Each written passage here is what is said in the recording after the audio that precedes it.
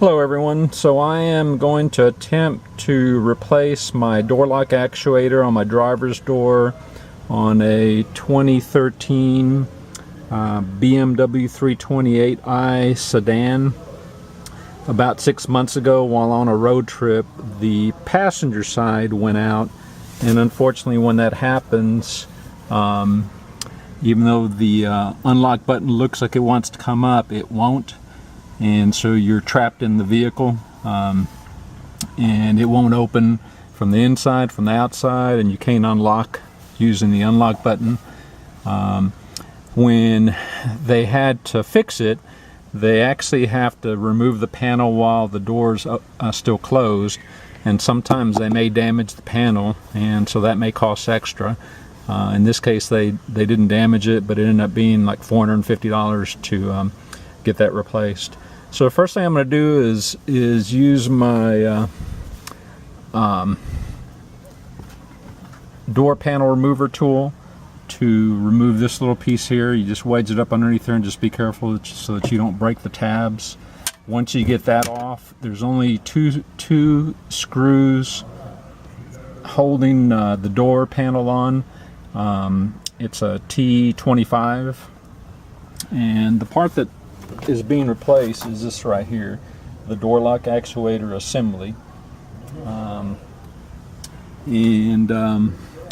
that piece is held on with a Torx 30 bit. There's 3 bolts that hold that on. So I've seen other videos where they say you need to take the glass out, where you need to take the window regulator out. I'm trying to prevent doing all the additional work. So I will keep you posted as we go through this.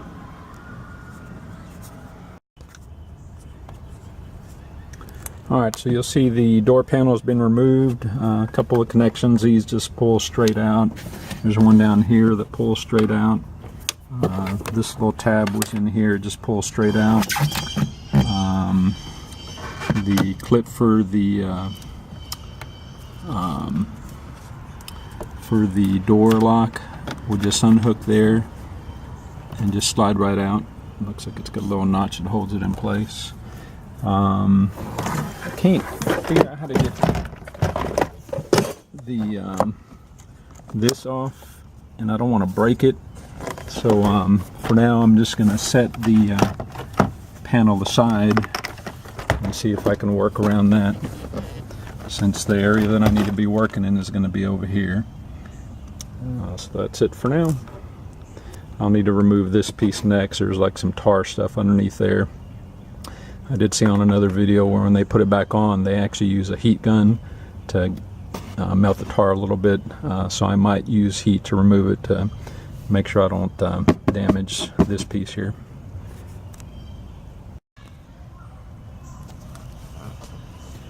Okay, so you don't want to use a heat gun on to remove this, because it actually melts the styrofoam. So all I did is I just gently used the scraper all the way around to break the tar loose. I think the heat gun, actually, now that I think about it, was when they were putting it back together, they were heating up the tar so that this would stick on there easier. Alright, so to remove the clip off the actuator, there's 2 little tabs on either side.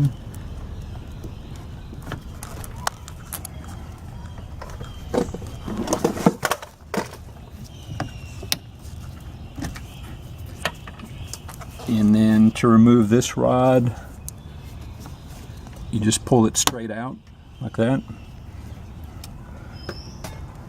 Alright, so I disconnected this piece here, and the next thing I'm going to do is take these nuts off to see if I can move the rail out of the way.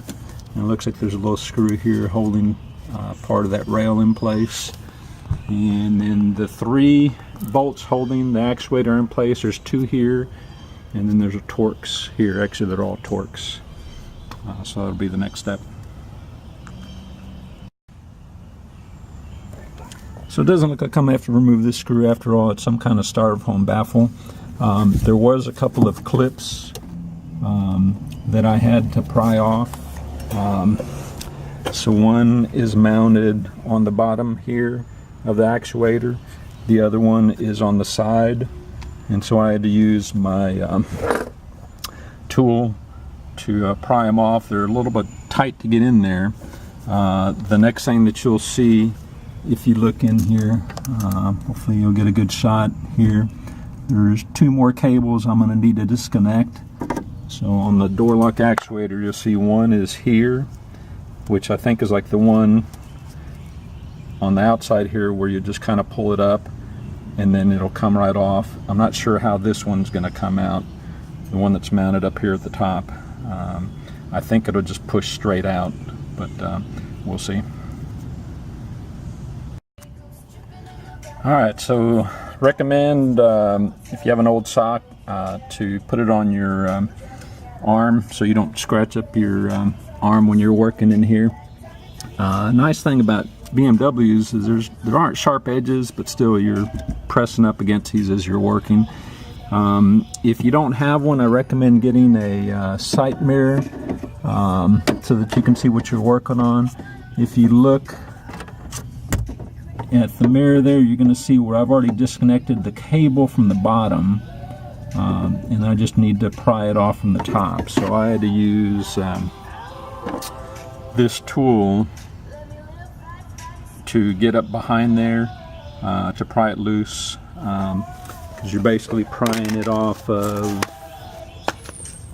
this little tab right here, and it just slides off there, and then the next thing you're going to do is pry it off that tab.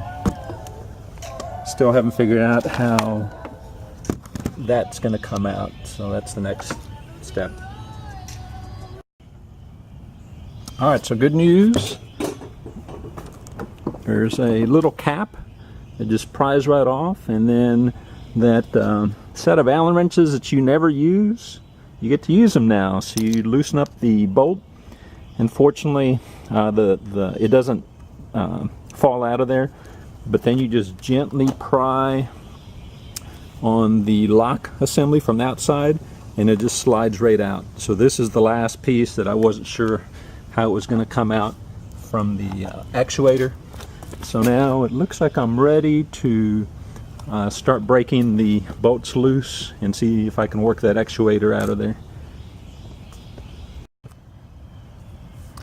Wow, I am surprised how easy this was to take out. So I didn't have to remove this rail after all, or the screw there.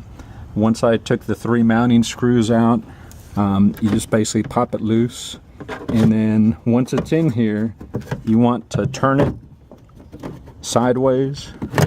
Actually, you're turning it backwards, because since it's kind of L-shaped, it won't go around this brace if you don't have it turned around. But once you turn it around this way, then it comes right out. So it's mounted this way, and all you're doing is just turning it this way so you can slide it right out. So now I'll need to move this piece onto the new one because it doesn't have that on there. That's it. That was easy. So probably have, if I wasn't videotaping, about an hour time to take it down, and it should go back together pretty easy.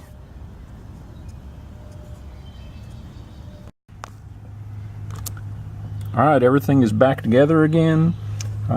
Just a little tip, if you use a little clip or something to hold this out of the way so it doesn't keep coming back on you, it makes it a little bit easier. This piece snapped loose by itself when I was moving the panel around. All you have to do is move the door handle lever on the inside and then snap it back into place. It's no big deal, it just snaps right into place right there. That's it for now. Alright, everything's back together. That went back together quick. It didn't even take 20 minutes to put everything back together. All the little clips and everything just snap right into place, so it's real easy. I called my local dealer, and they said it'd be about $400 to have replaced it, parts and labor. They said it's about an hour and a half to 2 hours of labor is what they charge. Strongly encourage you to try this one. I wasn't looking forward to the repair, but it is pretty easy once you kind of know everything you need to do. So good luck, everyone. Enjoy your BMW.